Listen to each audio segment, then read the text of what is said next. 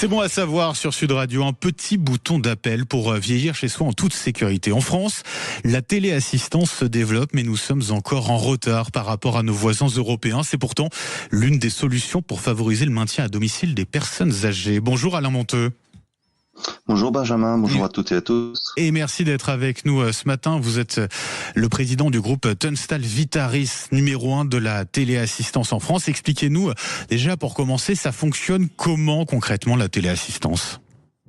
La téléassistance au départ, c'est comme vous l'avez dit, un petit bouton rouge que vous portez en collier ou en bracelet qui vous permet, quand vous appuyez dessus, d'être en contact 24 heures sur 24 avec une présence, avec une personne à qui vous pouvez parler, échanger, rire un petit peu, ou si c'est plus grave, si vous faites un malaise, si vous êtes tombé, si vous avez besoin d'être à l'hôpital, on va pouvoir prévenir vos proches et prévenir les secours. C'est-à-dire que s'il y a une difficulté, effectivement, l'appel est directement relayé vers les proches, la famille et les secours pour intervenir. Exactement. Et on sait très bien qu'en cas de chute, il est important d'intervenir rapidement. Et c'est ce que permet la téléassistance pour prévenir les secours s'il y a besoin et intervenir en moins de 30 minutes en général. Est-ce que la téléassistance permet aussi de détecter si une personne a fait un malaise ? Parce que dans ce cas-là, en cas de perte de connaissance, le bouton n'est pas actionné, Alain Monteux ? Oui, alors aujourd'hui, on a de plus en plus de capteurs qui vont faire des détections automatiques de chute, détection automatique de sortie, détection automatique d'une situation anormale, qui vont permettre de prévenir donc cette plateforme 24 heures sur 24 et d'agir rapidement. Détection, vous l'avez dit, automatique de sortie, ça forcément on imagine que c'est particulièrement important si une personne souffre de la maladie d'Alzheimer, qui touche tout de même près d'1 million de personnes en France. Pour ce cas précis, c'est capital.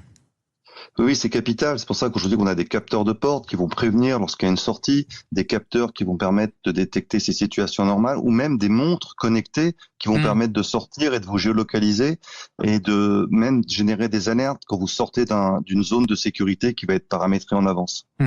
Vous l'avez dit aussi, c'est une manière aussi de soulager les aidants, la famille, justement aussi, non seulement d'apporter une certaine sécurité vis-à-vis de la personne, mais aussi de soulager, je le disais, la famille et les aidants. Oui, parce que les aidants, ils vivent dans une vigilance constante avec la peur de l'accident ou de la fugue. Bien sûr. Et la téléassistance, elle permet de partager cette responsabilité avec une équipe qui veille jour et nuit. Et aujourd'hui, en plus, la téléassistance, elle intègre une assistante psychologique qui va permettre de calmer l'anxiété du bénéficiaire, mais aussi de soutenir l'aidant qui vit dans une situation souvent très lourde. Et c'est une vraie bouffée d'air qui va offrir aux proches un espace d'écoute, de soutien, pour mieux gérer le stress et éviter l'épuisement. Ouais. Pour avoir une idée, ça coûte combien d'avoir recours à cette téléassistance, Alain Monteux ? Alors, je dirais que pour une téléassistance, je vais dire normale, vous êtes à 25 € par mois, tout compris. Donc, installation, maintenance, et tous les appels que vous ferez. Ces 25 € sont soumis au crédit d'impôt, donc en fait vous paierez réellement 12,50 € par mois, ce qui fait, si vous ramenez à la journée 0,40 €, c'est moins qu'une baguette, on va dire. Oui, vu comme ça, effectivement. En tout cas, c'est vrai que c'est une des solutions, j'ai envie de dire, pour aider les personnes âgées à continuer à vivre chez elles. Pourquoi ce n'est pas autant développé, ce système de téléassistance par rapport à d'autres pays européens où ça l'est beaucoup plus ?